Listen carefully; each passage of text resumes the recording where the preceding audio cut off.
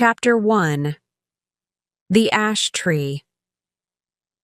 This story begins in 1690 with a strange, lonely old woman, Mrs. Mothersole, who was found guilty of being a witch. Sir Matthew Fell, the owner of Castringham Hall at that time, described how she used to climb into the ash tree outside his bedroom every time there was a full moon. He said that she usually carried a strange knife to cut off parts of the tree, and that she talked to herself. Once he followed her home, but she disappeared, and when he knocked on the door of her house, she came downstairs in her nightclothes looking sleepy. He and the villagers agreed that it was certain she did these things by magic, and so she was hanged. Before she died, she fought and shouted, and her last strange words were, "There will be guests at the hall." After the hanging, Sir Matthew felt uncomfortable and guilty, and he told his friend, the vicar, about his worries. "You did the right thing, Sir Matthew," were the wise words of the vicar.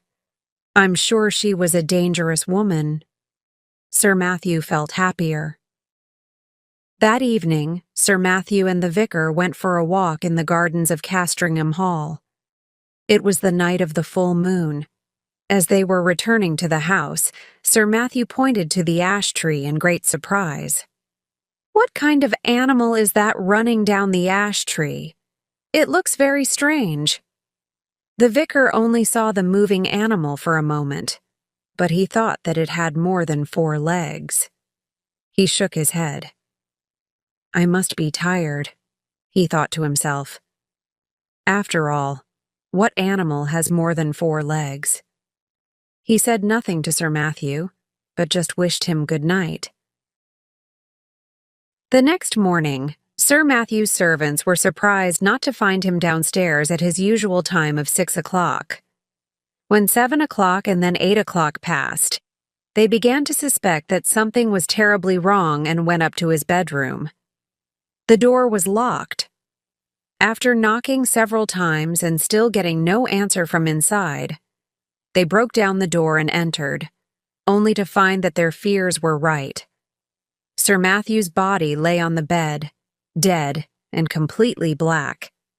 There were no wounds or other marks on him, and everything in the room looked as usual, except that the window was wide open. His servants initially suspected poison, but the doctor who was called found no such thing and could offer no real explanation for Sir Matthew's death.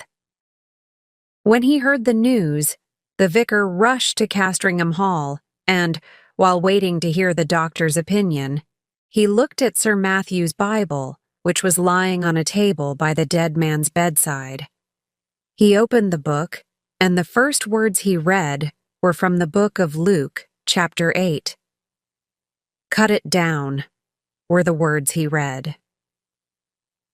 The servants locked Sir Matthew's room that day, and it stayed locked up for the next 40 years.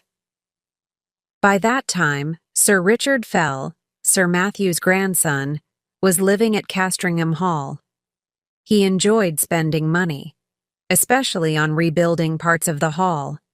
He also decided to make the local church bigger so that his family could have a fine new seat in the new part of the church. In order to complete this building work, some of the graves in the graveyard had to be moved. One of the graves was that of Mrs. Mothersole, the old witch who began this story. The villagers were excited about the opening of her grave, and a crowd came to watch. However, they and the workmen were amazed to find the grave completely empty. No body, no bones, no dust. At about this time, Sir Richard started to sleep very badly. The wind made his fire smoke, and the curtains moved. Because his room faced east, the sun woke him up early in the morning. One morning, he asked his servant to help him choose a better room, and he made a tour of the house, finding something wrong with each room. Each one was either too cold or too noisy, or faced the wrong direction. Finally, he found himself outside his grandfather's old room. His servant tried to persuade him not to go in. "It's a bad room, sir. They say terrible things happened in there, and no one has opened the door since the death of your grandfather. Also, the ash tree is right outside the window, and that's always unlucky, sir."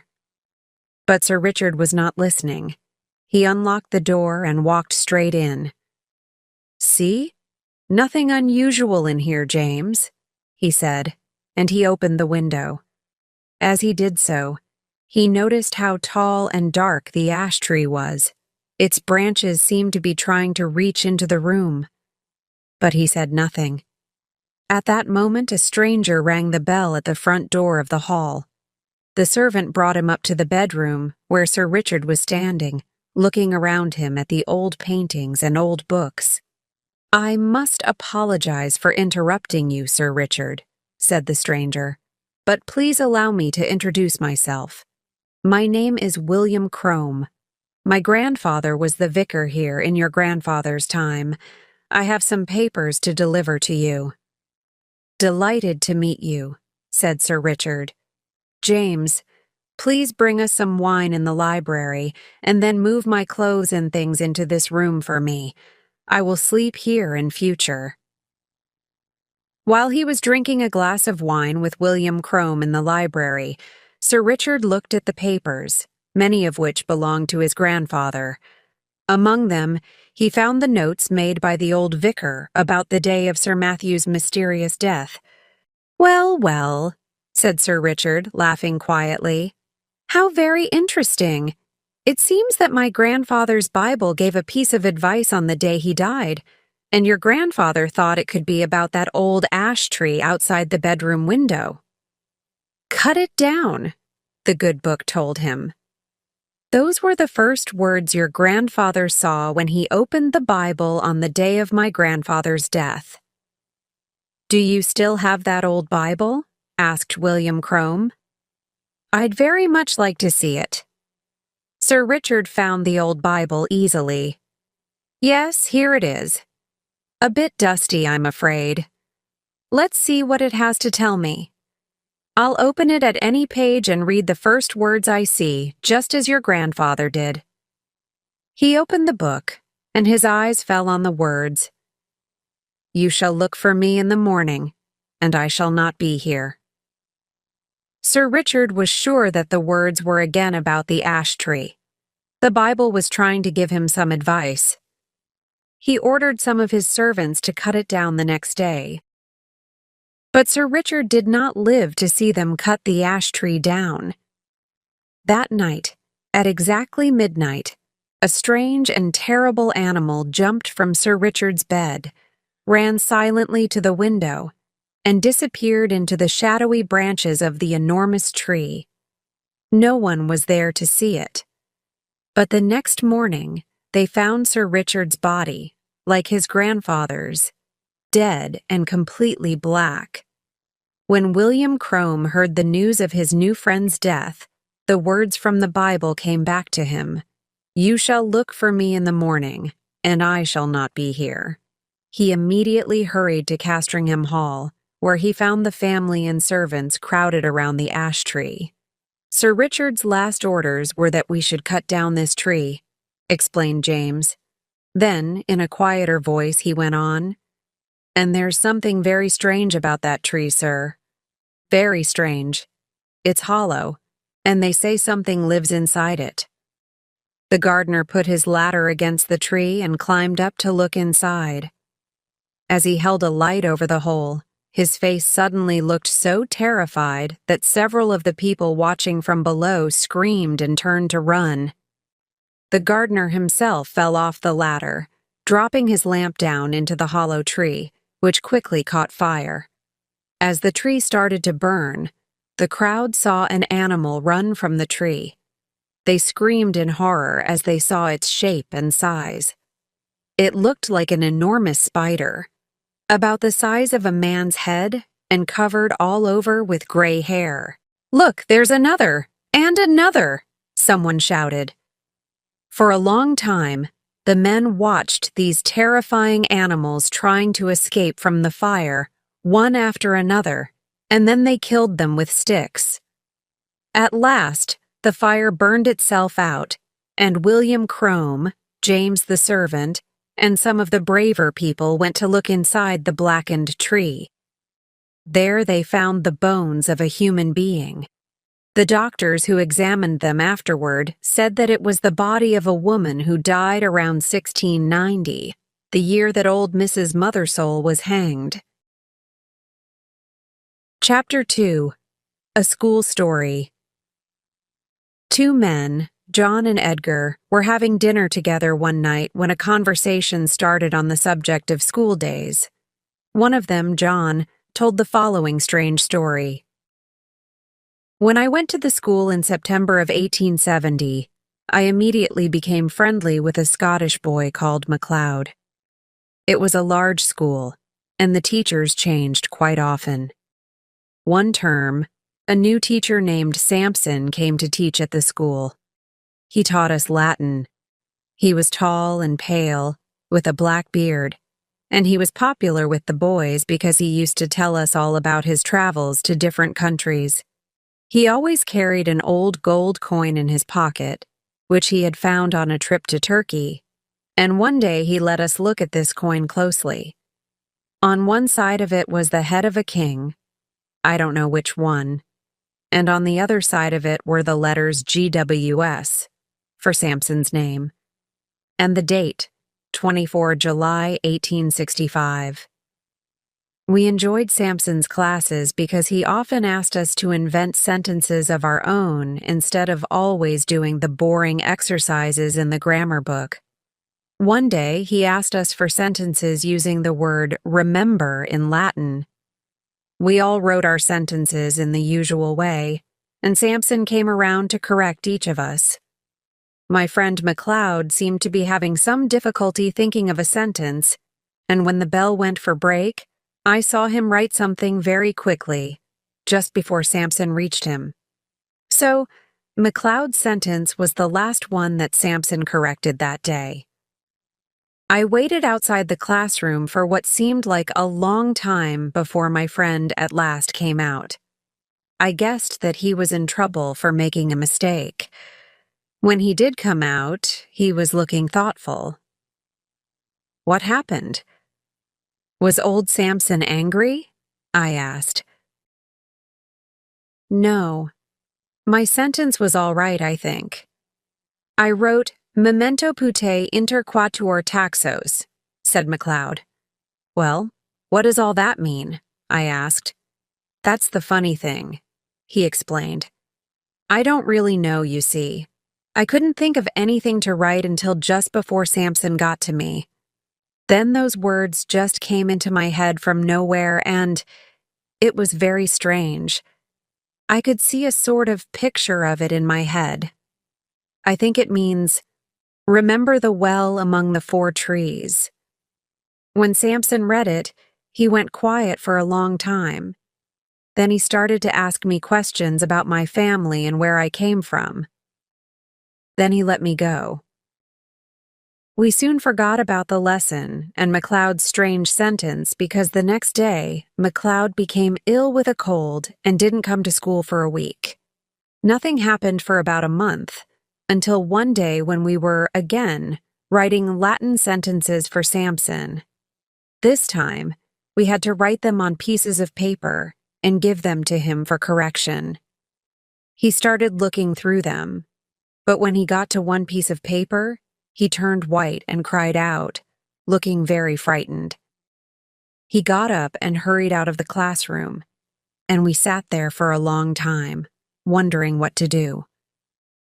Finally, I got up to have a look at the papers, and the first thing I noticed was that the top one was in red ink. Our school never allowed us to use red ink. It was against the rules. The sentence on the paper said, Si tu non veneris ad me, ego veniam ad te, which means, if you don't come to me, I will come to you. All the boys looked at it, and they all promised that the sentence was not theirs. To check, I counted the pieces of paper. There were 17 of them, but there were only 16 boys in the class. Where this paper came from, no one could say. I put it in my pocket, and it wasn't until that afternoon that I took it out again. It was completely white, with no sign of the red writing on it anywhere. I know it was the same piece of paper because I could still see my finger marks on it. Anyway, Samson eventually came back at the end of that lesson and told us we could go. He looked at the papers one by one and probably thought it was his imagination playing tricks. He looked pale and worried. The next day, Samson was in school again, and he seemed quite normal. But it was that night that the third strange thing happened. It was about midnight when I suddenly woke up. Somebody was shouting at me. It was McLeod, who shared my room. He looked terrified. "Quick," he said. "I think a burglar is trying to get into Samson's room." I rushed to the window but could see nothing. Somehow, though, I felt that something was wrong out there, and the two of us waited, watching closely. "Tell me exactly what you saw or heard," I whispered. "I didn't hear anything, but about 5 minutes before I woke you, I just found myself standing here at the window," McLeod whispered back. There was a terrible-looking man standing just outside Samson's window. He was very tall and very thin, and he didn't really look like a living person at all, more like a ghost. He seemed to be making a sign to Samson to go with him. That's all I saw before I woke you up. We waited a long time, watching, but we saw nothing more that night. Everything was quiet outside. We woke up feeling tired and strange in the morning.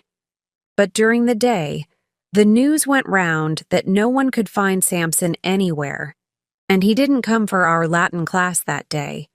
In fact, we never heard of or saw Samson again. Somehow, McLeod and I knew that we should keep quiet about what he had seen that night, and we never told anyone. "It's a good story, John," said Edgar, listening to his friend as he finished his wine. "A very good one. But now I really must be on my way home. I hope I don't meet any strange, thin men on the way." The two men laughed, shook hands, and went their different ways. It was about a year later that Edgar, the listener to John's story, traveled to Ireland to visit another friend who lived in an old country house there. One evening, his host was looking in a box full of various old things for a key that he wanted. Suddenly, he pulled a small object out of the box and held it up. "Have a look at this, Edgar." "What do you think it is?" he asked. It was an old gold coin with the head of a king on the front. Edgar looked closely. "Where did you get it?" he asked quietly. "Well, it's quite an interesting story," began his friend. "A year or two ago, we were working on that area of the garden over there in the corner. Can you see? Among the 4 trees? Right in the middle of the trees, we found an old well, and at the bottom of it, you'll never guess what we found." "Yes." "I will." "Was it a body by any chance?" asked Edgar. His friend was surprised. "Yes, it was. In fact, we found 2 bodies. One of them had its arms tightly around the other. They were probably there for 30 years or more. Anyway, we pulled them out, and in the pocket of one of them, we found this old coin. From Turkey or somewhere by the look of it. It's got something on the back of it, too. Can you see what it says?" "Yes. I think I can," said Edgar. "It seems to be the letters GWS and the date, 24th of July, 1865. Chapter 3. The Curtains, from the Diary of Mr. Pointer. Mr. James Denton's greatest love in life was books, old ones most of all. His collection grew bigger and bigger every year, but he lived in his aunt's house, and she was not very happy about this.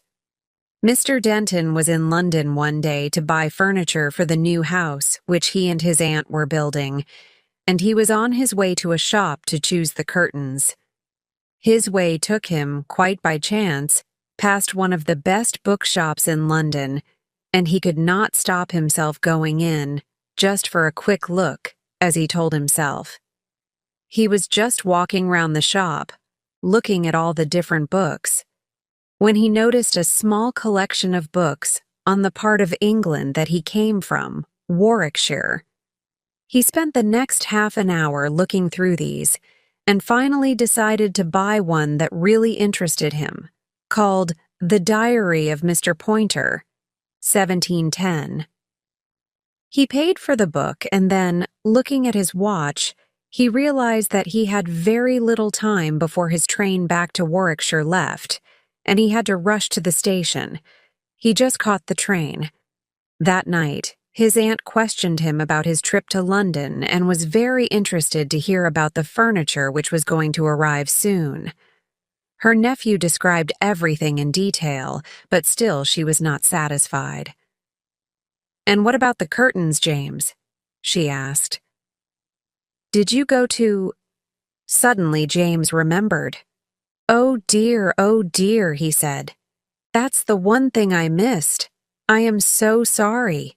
You see, I was on my way there when, quite by chance, I passed Robin's." "Not Robin's, the bookshop, I hope," cried his aunt. "Don't tell me you've bought more horrible old books, James." "Well, only one," he said, feeling a bit guilty. "And it's a very interesting one. A diary of someone who used to live not far from here." But he could see that his aunt was not really listening. "You can't go to London again before next Thursday," she was saying. "And really, James, until we decide on the curtains, there's nothing more we can do."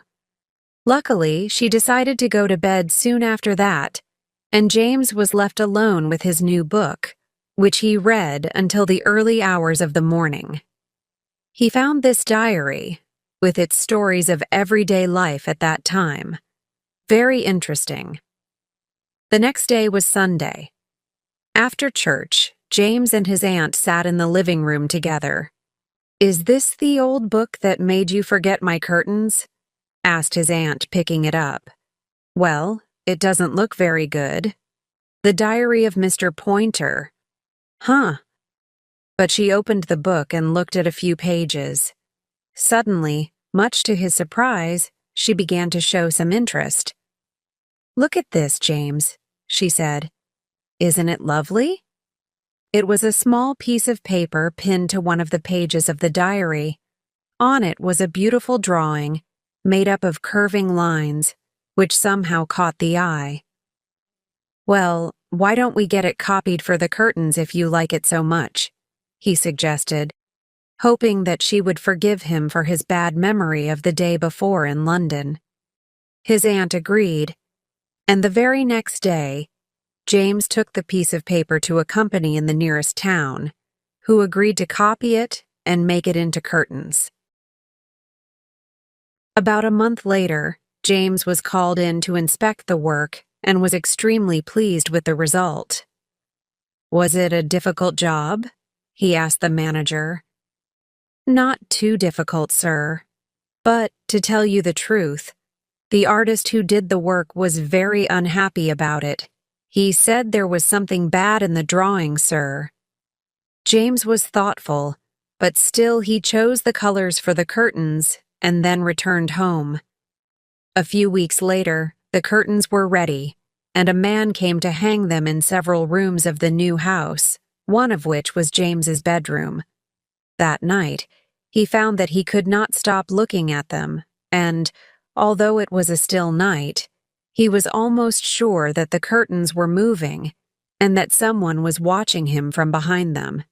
He told himself that this was impossible and not to be so stupid. He explained to himself that the effect was caused by the curving lines on the curtains, which looked just like long, curling black hair. The next day, a friend of James's came to stay, and after dinner, they sat up late, talking and laughing. At last, they decided to go to bed, and James showed his friend to the guest room, which was just along from his own. James, though, did not want to go to bed immediately and sat in the chair by the fire in his room, reading. He fell asleep for a few minutes, and when he woke, he realized that something was in the room with him. Putting out his hand, he felt something covered in hair and thought it was his dog, who always followed him everywhere. "How did you get in here? I thought I left you downstairs," he said, looking down. To his horror, he found it was not his little dog, but something almost human. He jumped and screamed, and as he did, the face of the thing came up towards him. No eyes, no nose, no mouth. Only hair. He screamed again and rushed to the door, but was so frightened that he could not get it open. He felt the thing touch his back and start to tear at his shirt. At last, the door flew open, and he rushed to his friend's room, terrified and breathing hard. The next morning, early, James went away to the seaside for a few days to try to forget about his horrible experience. He took with him the diary of Mr. Pointer. He wanted to read it again carefully to find out anything he could about the pattern pinned to the page. When he turned to that part of the book, he found that there were several pieces of paper stuck one on top of the other.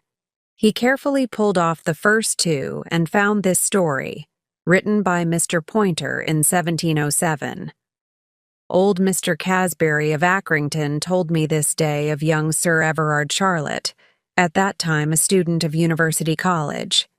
The young man drank too much and broke the law many times, but because he was from an important family, the university never did anything about it. He used to wear his hair very long and curling down his neck, and he wore unusual, colorful clothes. His behavior made his father very unhappy. One day, they found young Sir Everard dead in his room, with all his hair pulled out. No one could explain why or how he died. But the strangest thing was that the day after he died, the body disappeared completely, leaving only a pile of long, curling black hair on the floor of his room. His father kept some of this hair and had drawings made of it, part of which I have pinned to this page. This is the strange story behind the curtains." Before he returned home, James Denton ordered his servants to take them all down and burn them. Chapter 4. The Flies, from an Evening's Entertainment. If you go to the end of the road, past Collins' house, on the left, you will see a field with some old fruit trees in it. A little house used to be there, where a man called Davis lived. He was a very quiet man who seemed to have enough money to live on. He didn't work on the farms, but he always went to town on market days. One day, a young man came back from market with him. The young man was pale and thin, and he didn't speak very much. He lived with Mr. Davis, and nobody knew if he helped with the housework or if Mr. Davis was his teacher. But people talked and wondered why they were always walking together, early and late, up in the hills and down in the woods. They suspected that the two men were playing with magic and were plotting something terrible. Once a month, when the moon was full, they went up to a place on the hill where there are piles of old stones and rocks, and they stayed up there all night. Someone once asked Mr. Davis why he went to such a dark, lonely place in the middle of the night. Mr. Davis smiled and replied, "I love old places. They remind me of the past, and the air is beautiful on a summer's night. You can see all the countryside for miles around in the moonlight." But Mr. Davis's young friend interrupted rudely, "We don't want other people near us. We just want to talk to each other." Mr. Davis seemed annoyed at his young friend's rudeness, and he politely explained, "People say that there are bodies under those old stones, the bodies of dead soldiers. I know farmers sometimes find old bones and pots when they are working in the fields around here. I'd like to know more about how those people lived and who their gods were. I think they probably practiced magic. Then, one morning in September, something terrible happened. A farm worker had to go up to the top of the hill, to the woods, very early, when it was still dark. In the distance, he saw a shape that looked like a man in the early morning fog. As he came nearer, he saw that it was a man. It was Mr. Davis's friend, dead, hanging from a tree. Near his feet was a knife, covered in blood. The poor farm worker was terrified and ran back down the hill to the village. He woke up some of the villagers to tell them about the terrible sight, and some men went back up the hill with a horse to bring down the body. They also immediately sent a young boy to Mr. Davis's house to see if he was at home, because, of course, they suspected that he was the murderer. When they cut down the young man's body from the tree, they were surprised to see the clothes he was wearing were all black, like the clothes that vicars used to wear many centuries ago. When the men's horse came near the tree and the dead young man, it screamed and tried to run away. But the men were able to hold it, and they finally got back to the village with the body across the terrified horse's back. In the village, they found the young boy standing in the main street, with several women standing around him. He was as white as paper and would not say a word. When the men tried to move on towards Mr. Davis's house, the horse again became very frightened. It stopped in the road and would not move. Then suddenly, it turned and tried to run, and the body of the dead young man fell off its back onto the road. The horse could smell blood. They carried the young man's body to Mr. Davis's house, and when they opened the door, they saw what the poor young boy had seen. There, on the long kitchen table, was the body of Mr. Davis. Tied around his eyes was a black handkerchief, and his hands were tied behind his back. His chest was cut open from top to bottom, and his heart was gone. It was an awful sight. The men ran outside for some fresh air. The smell of death in that room was so terrible. Later, they put the young man's body next to Mr. Davis's and carefully looked around the house. Why were these two men dead? How did they die? In one of the cupboards, they found a small green bottle of strong medicine, often used to put people to sleep. I think that young man gave Mr. Davis some of this stuff to put him to sleep, one man suggested, looking at the bottle, and then killed him. Goodness knows why. Perhaps he needed Davis's heart for his magic. Then later, perhaps he was sorry about murdering his friend and went up the hill and killed himself. Well, the villagers decided that the two dead men could not lie in the graveyard near the church. They never came to church, and they didn't believe in God, they said. They believed in unnatural things, in magic. So 12 men covered the two bodies in black and took them to a place outside the village. There they dug a big hole, threw the bodies into it, and covered them with stones. People say that horses don't like going near that place even today, and there is a strange kind of light there. One day, sometime later, some people walking along the road found a pool of blood across it. In the blood, there were fat black flies, feeding. One man went to get some water, and they washed the blood away. But the flies flew up into the air like a dark cloud and flew towards Mr. Davis's house. The villagers decided that no one should live in that house anymore, so they set fire to it. The house burnt down completely, but for a long time people said that they often saw Mr. Davis and the young man standing at night when the moon was full, in the road near the burnt house on the hill. Only the flies live there now. Perhaps it is only the flies who know why those two men played with magic and why they died the way they did. Chapter 5. The Locked Room, from Rats. It happened in Suffolk, near the coast. There is a tall red house there, built around 1770 perhaps. It has a small, untidy garden behind it, and from the front windows you can see the sea. Tall, dark trees surround this lonely house. Near the front door, there is a sign showing that this was once a public house, where travelers could stop to eat and sleep. One fine spring day, a young Cambridge University student named Thompson arrived at this house. He wanted to spend some time in a quiet and pleasant place where he could read and study.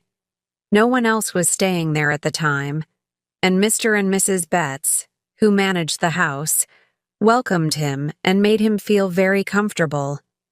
They gave him a large room on the first floor with a good view from the window. He spent his days calmly and quietly. Every morning he worked. In the afternoon, he walked in the country. And in the evening, he usually had a drink with some of the local people in the bar before going to bed. He was very happy to continue his life like this for as long as possible. He planned to stay for a whole month. One afternoon, Thompson walked along a different road from his usual one, and in the distance, he saw a large white object. He walked toward it and discovered that it was a large square stone with a square hole in the middle.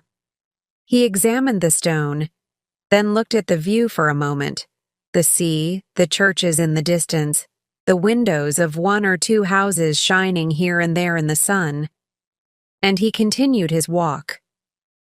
That evening in the bar, he asked why the white stone was there.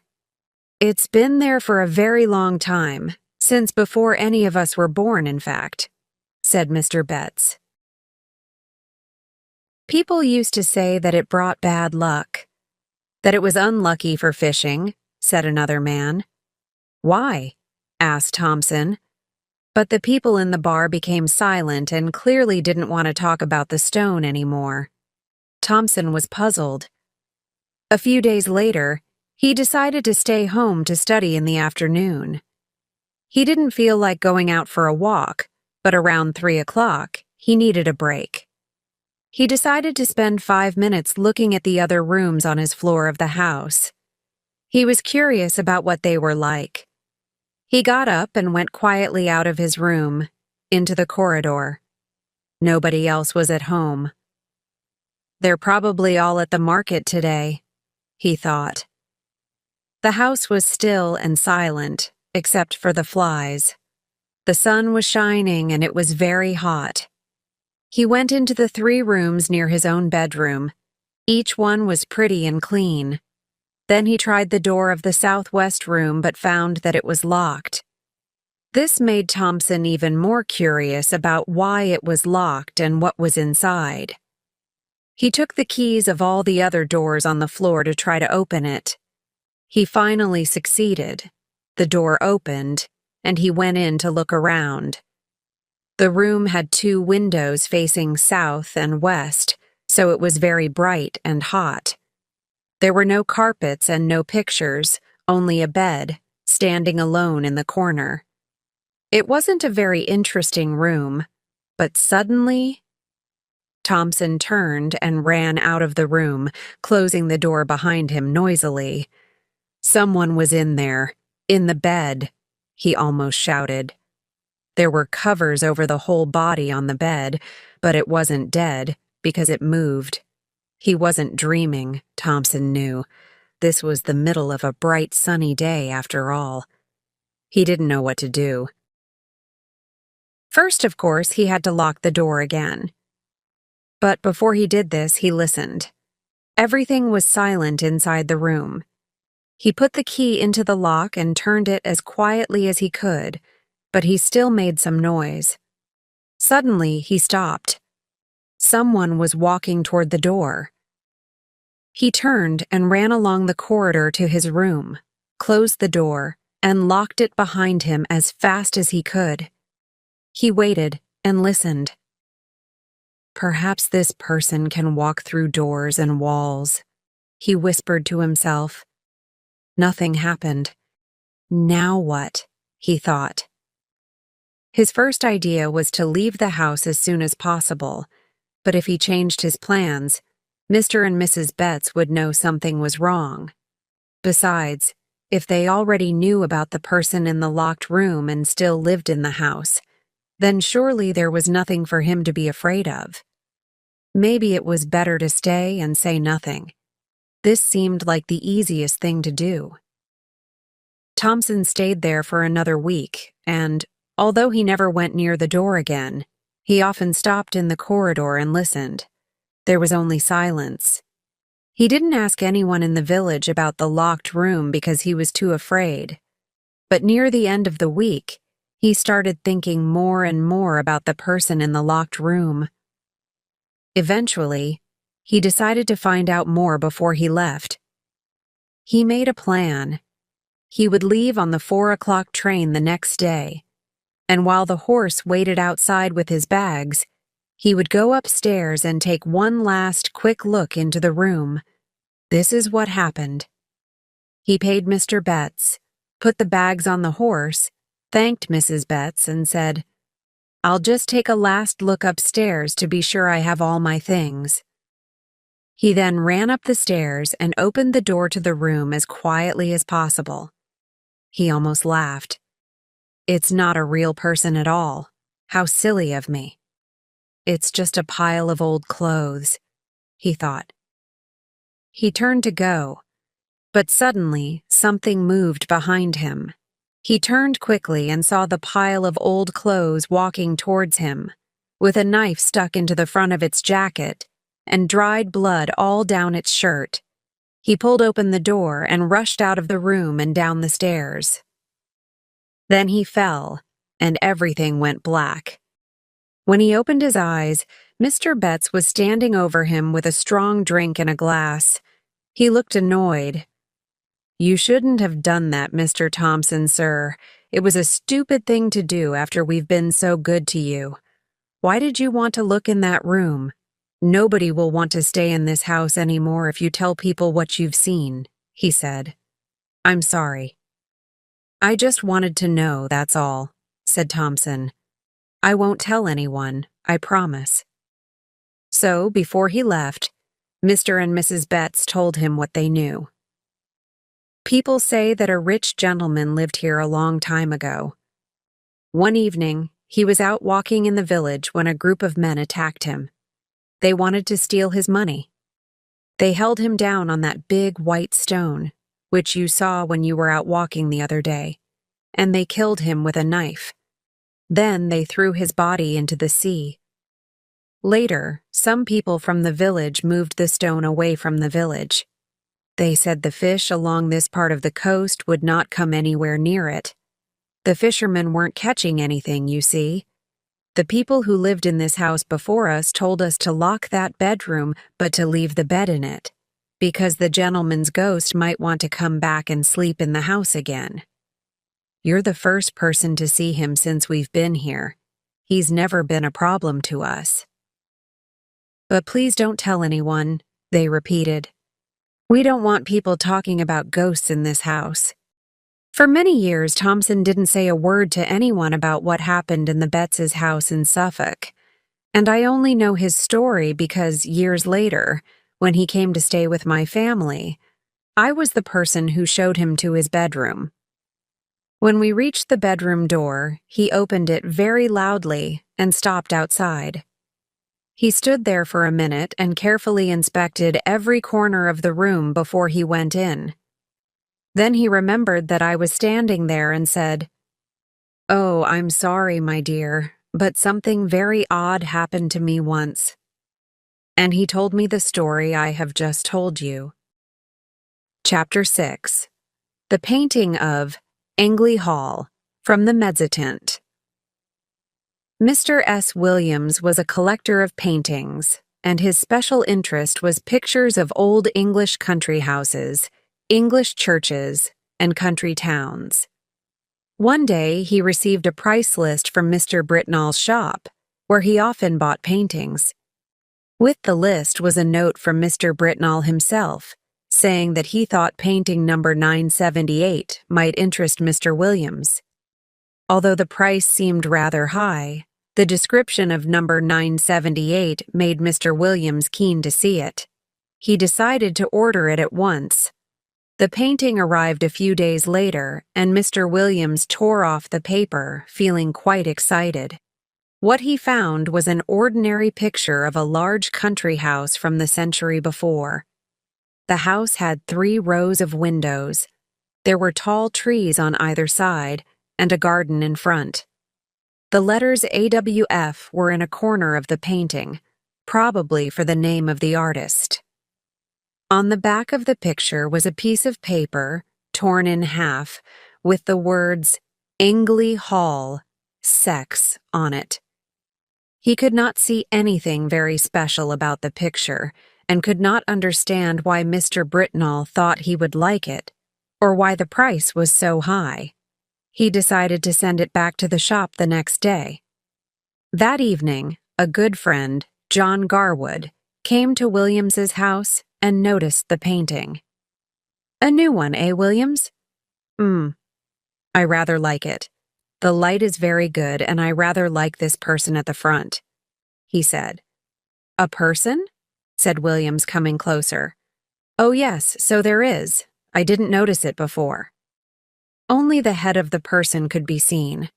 It was impossible to say whether it was a man or a woman, but it was standing under the dark trees at one side of the picture, looking at the house. "And I suppose the light is quite good," Williams went on. "I still feel it's a bit expensive, though. I was going to send it back tomorrow." Soon afterwards, the 2 men went out to dinner with some of their friends from the university, and later, Williams invited some of them back to his house for a drink. One of them, who was also interested in art, noticed the new painting. "Quite interesting," he said. "But don't you find it rather horrible, Williams? The light is good, but that person standing in front of the house is rather frightening." Williams was too busy pouring drinks to look at the painting just then, but later, on his way to bed, he looked at it again and was amazed to see that the person in the picture was now right in front of the house, not to one side under the trees. The person seemed to be on their hands and knees, moving towards the house. He or she looked extremely thin and was dressed all in black, except for a white cross on the back. "Am I going mad?" Williams asked himself. He decided to lock the picture in a cupboard, but did not want to go straight to bed. "I'll write down everything that has happened to the picture since it arrived here. Then in the morning, I won't think this is all a dream," he thought to himself. And that is what he did. He found it very difficult to sleep that night, and the next morning, he decided to ask another friend, Nisbet, to come and look at the painting. "I want you to tell me exactly what you see in the picture, in detail," he said to Nisbet, showing him the painting. "I'll explain why afterwards." "Well, I can see a country house, English, I think, by moonlight," began Nisbet. "Moonlight?" interrupted Williams. "Are you sure? There was no moon there when I first got it." Nisbet looked at his friend strangely. "Shall I continue? The house has 1, 2, 3 rows of windows." "But what about people?" interrupted Williams again. "No one at all," said Nisbet. "But what is all this about, Williams?" "I'll explain in a moment," answered Williams. "Can you see anything more?" "Well, let me see. The only other interesting detail is that one of the windows on the ground floor is open," said Nisbet. "My goodness!" William shouted. "It's inside the house now." He rushed across the room to see for himself. Sure enough, Nisbet's description was correct. Williams went to his desk and wrote quickly for a minute or two. Then he brought 2 pieces of paper over to Nisbet. The first was a description of the painting as it was at that moment. which Nisbet signed. The second was Williams's description of the painting on the night before, which Nisbet read but did not believe. "This is the strangest thing I've ever heard or seen," said Nisbet. "The first thing we must do is take a photograph of the painting before it changes again. Then we should try to find out where this place is in England. I feel there is something strange and terrible happening there. Yes, and I also want to ask John Garwood to write a description of what he saw when he looked at the painting last night. We could only just see the person then, under the trees over on this side of the house," said Williams, pointing at one side of the picture. John Garwood came over immediately, and while he was writing his description, Nisbet photographed the painting. Then the three friends decided to go for a walk. "Perhaps it will help us to think more clearly," said Nisbet. They returned to Williams's house at about 5 o'clock in the afternoon and were surprised to find Williams's servant, Robert, sitting and staring at the painting. When the three men entered, he jumped to his feet in embarrassment. "I must apologize for sitting in your chair, sir," he said to Williams. "But I couldn't stop looking at this picture." "Please don't apologize, Robert. What do you think of the painting?" "I'm interested to hear your opinion," said Williams. "Well, sir, it's not the sort of painting I would let my young daughter look at. She's very easily frightened, and I think this strange, thin person carrying a baby would give her bad dreams." The three men said nothing. They waited for Robert to go. As soon as the door closed, they rushed to the painting. Robert was right. The strange, bony person was now back in the picture, walking away from the house, and in its long, thin arms was a baby. For 2 hours the three men sat and watched the picture, but it did not change again. They went to have dinner. After dinner, they came back again, and by now the person was gone, and the house looked quiet and calm again in the moonlight. They decided to read through books on Essex and Sussex to find Anningley Hall. It was hard work, but many hours later, in a guide to Essex, Williams found the following information. The village of Anningley has an interesting 12th century church, and next to the church, in a beautiful park, stands Anningley Hall, which used to be the country home of the Francis family. No members of this family are now living. The last baby boy of the family disappeared mysteriously in the middle of a September night in 1802. Nobody could discover who took the baby, but people suspected that it was a member of the Gaudy family. Some time before the baby disappeared, Tom Gaudy was caught stealing by Sir John Francis, the father of the child, and Gaudy was hanged for his crime. People say that the Gaudy family wanted revenge, and that they took it by stealing the last child of the Francis family. Well, it does seem that they got their revenge, if the story of our painting is true, doesn't it? Said Williams. The painting has not changed again since then. It now hangs in the museum at Anningley, in Essex. Chapter 7. Lost Hearts. In September of the year 1811, a little boy arrived at the door of Aswarby Hall in the middle of Lincolnshire. He rang the bell and looked around him at the tall, square 18th century house. An evening light fell on the building, making the windows shine like fires. In front of the hall, there was a park full of trees and a church with a clock.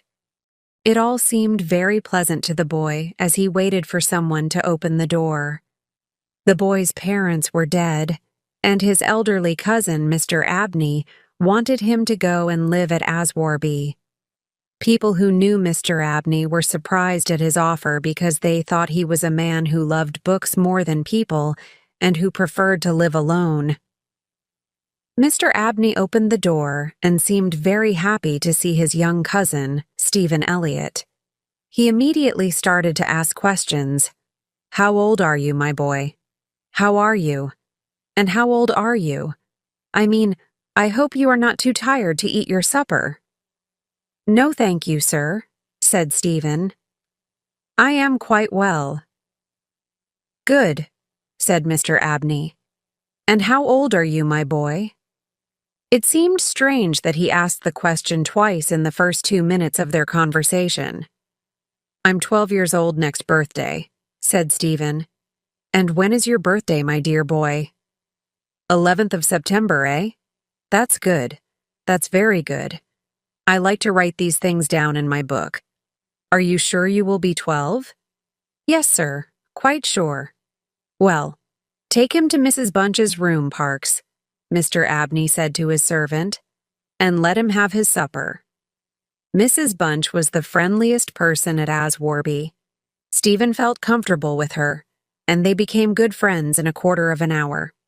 She was 55 years old and knew everything about the house and its neighborhood.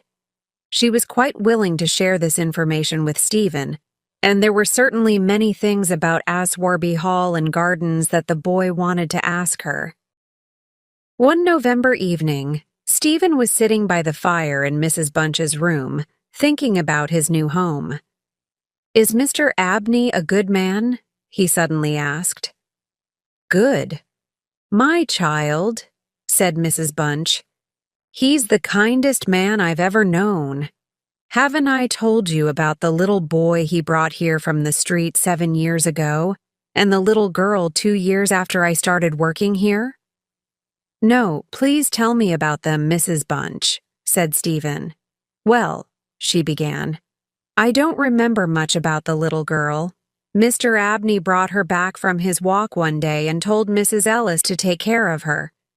The poor child had no family. She lived with us for about 3 weeks, and then one morning she got up while everyone was still asleep and left the house. I've never seen her again. Mr. Abney looked everywhere, but she never came back. She was a very silent child, but she helped me a lot, and I loved her very much." "And what about the little boy?" asked Stephen. "Ah, that poor boy," said Mrs. Bunch. "He came here one winter day playing his music, and Mr. Abney asked him lots of questions such as, 'Where do you come from? How old are you? Where are your family?' He was very kind to the boy, but the same thing happened.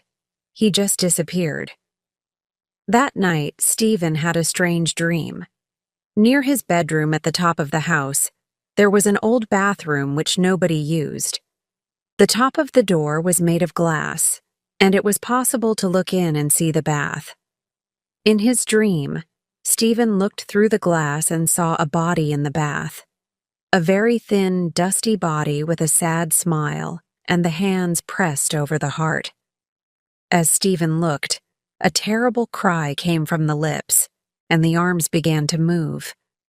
Stephen was extremely frightened and woke up suddenly. He found that he really was standing on the cold floor near the bathroom. Bravely, he looked through the glass again to see if the body was really there.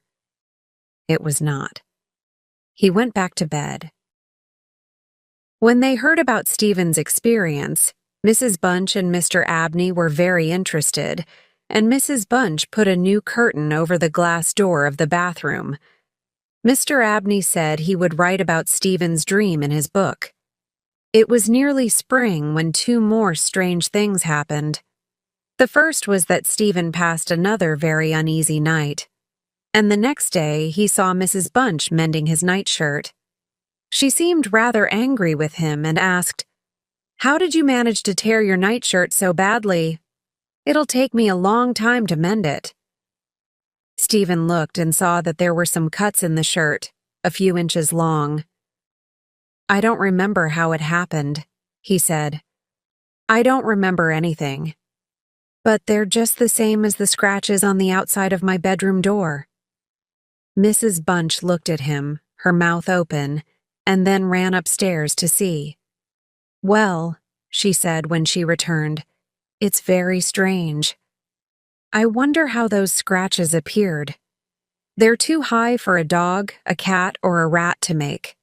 Don't say anything to Mr. Abney, But remember to lock your door when you go to bed tonight."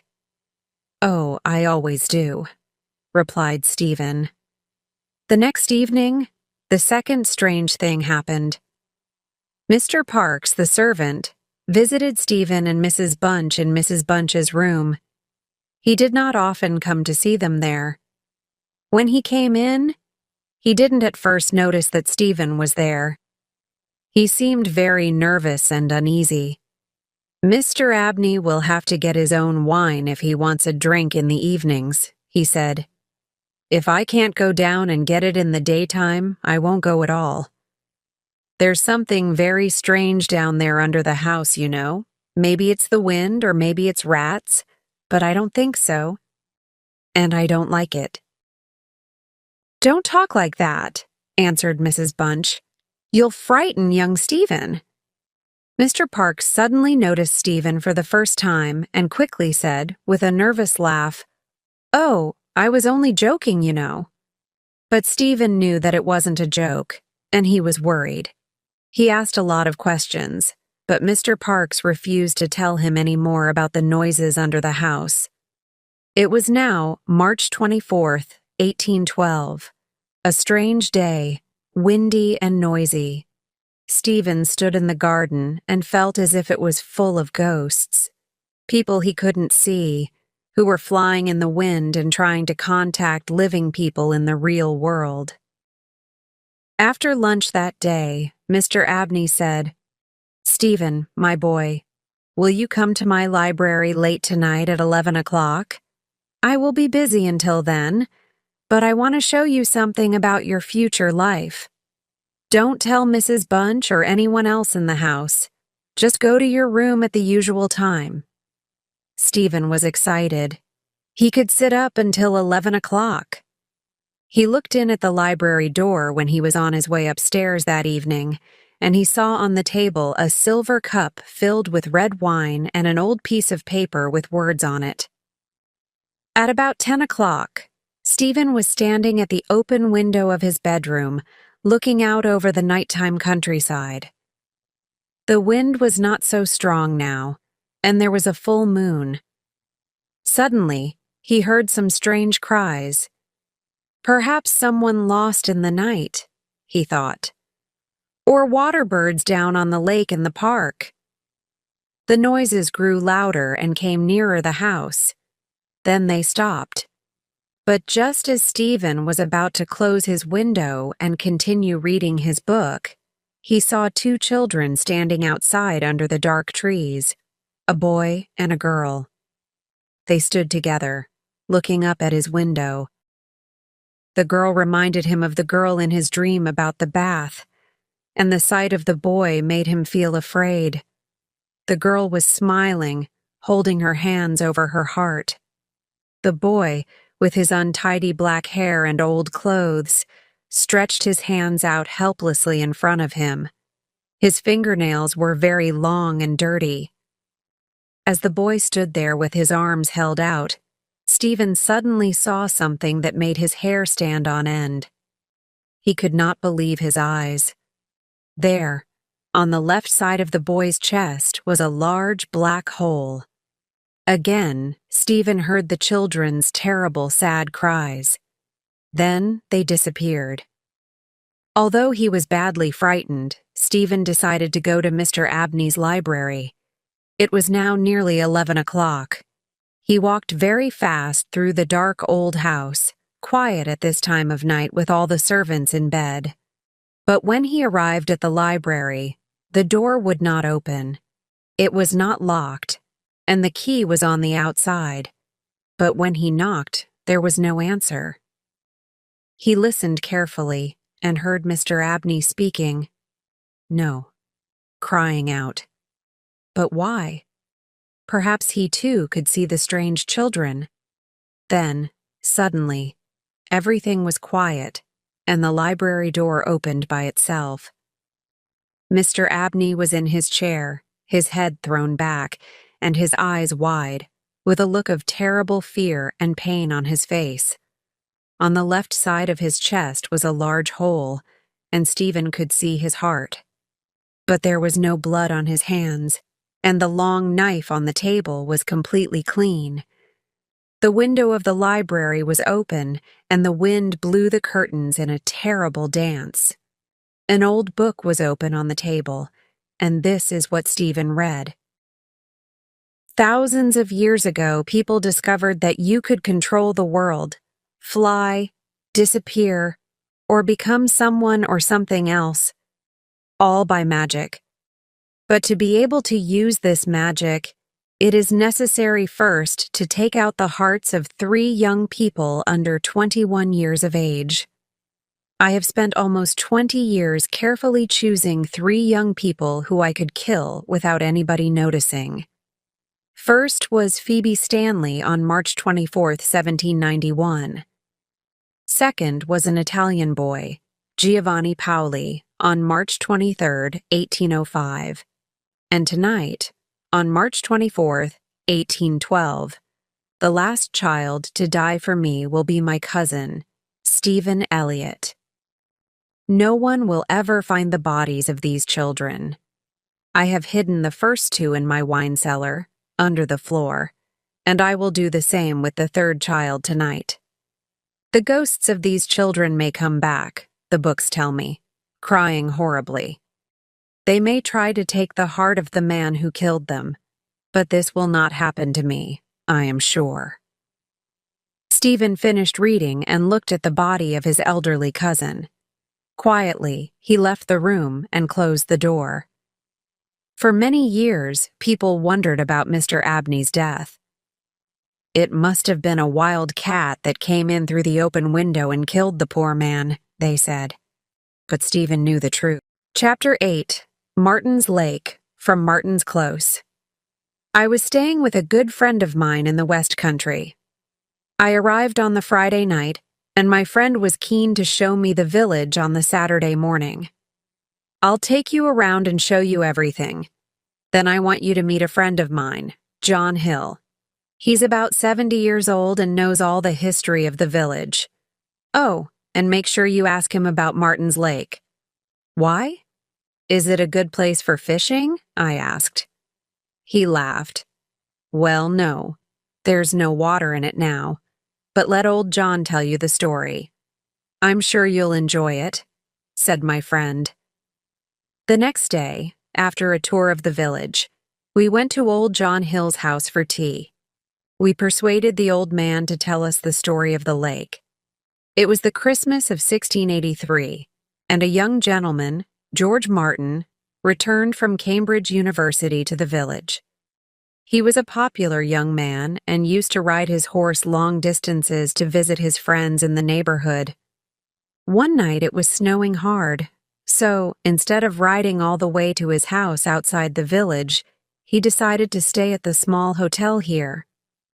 As it was Christmas, there was music and dancing in the hotel, and all the young men and women were dancing together, except one. Her name was Anne Clark, and she worked at the hotel.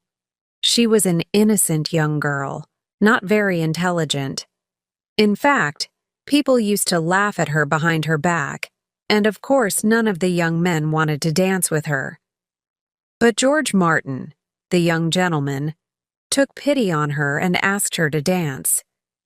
The band were playing an old song called "Lady, Will You Walk? Will You Talk With Me?" Everyone saw how happy the poor girl was to have someone to dance with. Her face lit up with a smile. After that night, the young gentleman came to the hotel every week. When he arrived on his horse, he used to sing that song, and Anne Clark would rush out to meet him as soon as she heard it. The two often went for walks together by the lake, and some people say they saw them kiss. This went on for a few months until George Martin's parents found a wife for him. She was a beautiful, rich young woman from a very good family. Everyone said how lucky George Martin was, but then it all went wrong. The young woman heard about Anne Clark and was angry that a gentleman like him would associate with an ordinary country girl. She refused to marry him. He, of course, regretted ever meeting Anne and was furious at losing such a beautiful young wife. People say that the next time he saw Anne, they argued, and he hit her. A week later, they were seen together again. He said a few words to her and then rode off. They say she looked very happy all that day, but not long after, she disappeared completely. No one could find her anywhere. Some weeks later, George Martin came into the hotel again, went into the bar, and asked for a drink. A young woman named Sarah, a friend of Anne Clark's, served him. "Are you looking for Anne, sir?" she asked. "Because no one has seen her for weeks." He angrily responded that no, he was not looking for her, and he sat alone, drinking his beer. Sarah started to wash some glasses and, without thinking, began to sing the song, "Lady, will you walk? Will you talk with me?" The young gentleman's face turned pale, and he told her to stop singing immediately. She stopped at once, of course, but then suddenly, she heard Anne's voice outside the door, continuing the song. "It's Anne! She's back!" Sarah cried and ran towards the door. "Stop!" shouted George Martin, but it was too late. The door opened, and a strong, cold wind blew out all the lamps, leaving the room completely dark. Sarah heard someone walk across the floor, and the door of the big cupboard opened and shut. When she lit the lamps again, she saw something that looked like the bottom of a woman's dress caught under the cupboard door. Sarah was frightened and asked one of the men in the bar to open the cupboard. As the man pulled open the cupboard door, George Martin screamed and ran out of the bar into the street. Out of the cupboard came a small human shape, dressed in clothes that looked wet. No one saw its face, but everyone felt a freezing wind as it passed through the bar and into the darkness outside. The next person to see George Martin was a young boy who was coming home from fishing at the lake. He said he saw the young gentleman running towards the water, looking very frightened. He broke a branch off a tree and started to feel around in the water with it. After a few minutes, the branch hit something, and a strange sound like a scream came from deep in the lake. George Martin covered his ears with his hands and started to scream as well. As he did, the boy saw a human shape rise from the water and chase the young gentleman away into the trees. The boy ran and called the police. They found the body of Anne Clark at the bottom of the lake, and under a tree was George Martin's knife, covered in blood. He was guilty of murder, of course, and they hanged him 5 weeks later. After that, everyone knew it as Martin's Lake, although it's dry now. And do you know, said old John Hill, that even now no one will sing that song in this village. People say it's unlucky. Chapter 9. The Two Cousins, from the Tractate Middath. One autumn afternoon, an elderly man entered a library, showing a card with his name on it, Mr. John Eldred, and asked if he could borrow a book. "The name of the book I want is the Tractate Middath. It's number 11334, I believe," he said. "But I don't know this library at all. Would someone be able to go and find it for me?" A young man who worked there, Mr. Garrett, was passing, and he answered, "Of course, I'll go and find it for you immediately, sir." Mr. Eldred sat down on a chair near the door to wait. When Mr. Garrett returned, he had to apologize for failing to find the book. "I'm very sorry, Mr. Eldred, but someone has already borrowed that book." "Are you sure?" replied Mr. Eldred. "Yes, sir," said Garrett. "But if you wait a moment, you'll probably meet the man who has taken it as he leaves the library. I didn't see him very well, but I think he was an elderly man, quite short, wearing a black coat." "It's all right," said Mr. Eldred. "I won't wait now, thank you. I have to go, but I'll come back again tomorrow, and perhaps you can find out who has the book." "Of course," replied Garrett, and Eldred left the library quickly. Garrett thought, "I'll just go back to that room and see if I can find the old man. I'll ask him if he can wait a few days for the book, and then I'll give it to Mr. Eldred tomorrow." So he went back to the same room, and when he got there, the book, the tractate Middith, was back in the right place. Garrett felt very bad. "Mr. Eldred hasn't got the book he wants," he said to himself, "because I didn't see it. I'll wait for him tomorrow and give him the book myself."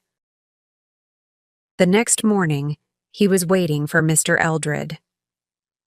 "I'm very sorry," he said when Eldred came in, "but I was sure that the old man took the book away with him.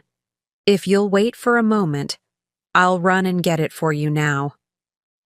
Again, Eldred sat down and waited, but this time his wait was very long. After 20 minutes, he asked the woman behind the front desk if it was very far to the part of the library where Garrett was looking for the book. "No, not far at all, sir," she answered. "It's odd that he's taking such a long time." And she went to look for Garrett. She came back a few minutes later, looking rather worried. "I'm very sorry, sir, but something has happened to Mr. Garrett," she said. "He suddenly became ill while he was looking for your book, and we have had to send him home." Mr. Eldred was surprised, but he answered politely, "I'm so sorry that Mr. Garrett became ill while he was trying to help me. I'd very much like to go to his house to ask how he is. Could you give me his address?" The woman gave him the address, and before he left, Eldred asked her one last question. "Did you see an elderly man in a black coat leaving the library soon after I was here yesterday afternoon?" "No, I didn't," replied the woman. "There were only 2 or 3 other men in here yesterday afternoon, and they were all quite young, I think." Mr. Eldred then left for Mr. Garrett's house. He found him in a chair by the fire, looking pale and ill. "I'm so sorry for all the trouble I have caused you," Garrett said. "Don't worry about it," said Eldred. "But what happened in that room? Did you fall? Did you see something?" "Well, yes, I did fall. And it was because I saw something," answered Garrett. "It was just as I went into the room where we keep that book you want." "No, no," said Eldred hurriedly. "Don't tell me now. You will make yourself ill again." "But I'd like to tell someone," answered Garrett. "Not now, young man, not now," said Eldred, standing up quickly. "I'm afraid I must go now." And he moved towards the door. Garrett gave him the exact number of the book, the tractate Middith, so that he could go to the library and find it himself the next day. But Eldred did not appear at the library again. Garrett had another visitor later that day, George Earle, who worked with him. George said, "I'm sure there is something odd going on at the library, you know. When we found you on the floor, there was a terrible, strong smell in that room. It can't be good for people to work with a smell like that." Garrett replied, "That smell isn't always there. I've only noticed it during the last few days. And it wasn't the smell that made me ill. It was something I saw. Let me tell you about it. I went into that room this morning to get a book for a man who was waiting downstairs, a Mr. Eldred. The afternoon before, I saw a short old man in black take the same book out. But when I looked again, the book was there, back in its place. So this morning, I went back to get it for Mr. Eldred, but the same old man in black was there again. I looked more closely at him this time and saw that his skin was dry and brown and dusty. He had no hair at all. Horrible he was. Really ugly. He was reading a book near the one I wanted, and when he turned around, I saw his face. And he had no eyes. It was a terrible shock. Everything suddenly seemed to go black inside my head and I fell. I can't tell you anything more. Before Garrett returned to work, his boss at the library told him to take a week off, go away somewhere, and get some fresh air to try to forget his experience. So he went to the station, carrying his luggage, and waited for a train to Burnstow-on-Sea. As the train arrived, only one car seemed to have any places in it, but as he walked towards it, the head of the old man with no eyes suddenly appeared again at the window of the train. Garrett felt sick. He ran to the next car and jumped into it just as the train started to move. The next thing he knew, a woman and her daughter were kindly helping him to sit down. They seemed rather worried about him. Mrs. Simpson and her daughter were also traveling to Burnstow-on-Sea. They had an apartment there, and during the journey, they invited Garrett to stay with them. They soon became friends and spent a lot of time together. On the third evening of his stay, when Garrett was telling them about his work at the library, the daughter suggested that Garrett might be able to help them with a problem they had. "Yes," said her mother. "We'll tell Mr. Garrett our story, and perhaps he'll be able to help us." "I'll certainly try," answered Garrett. "Well," began Mrs. Simpson, "I had an old uncle called Dr. Rant, and when he died, he left directions that we should put his body in a special underground room under a field near his house, and that he should wear his ordinary clothes. Since then, many of the country people around there say that they have seen him in his old black coat. Anyway, he's been dead for 20 years now. He had no wife or family, just me, his niece, and my cousin John. He had a lot of money and a big house, and John and I hoped to receive half each when he died. But the day before he died, I was sitting near his bed, when he suddenly opened his eyes and said, 'Mary, I've left everything to John in my will, you know. You won't get anything when I die.'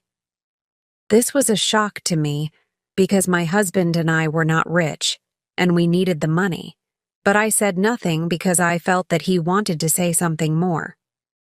I was right. He continued, 'But Mary, I don't like John, and I think my will is wrong.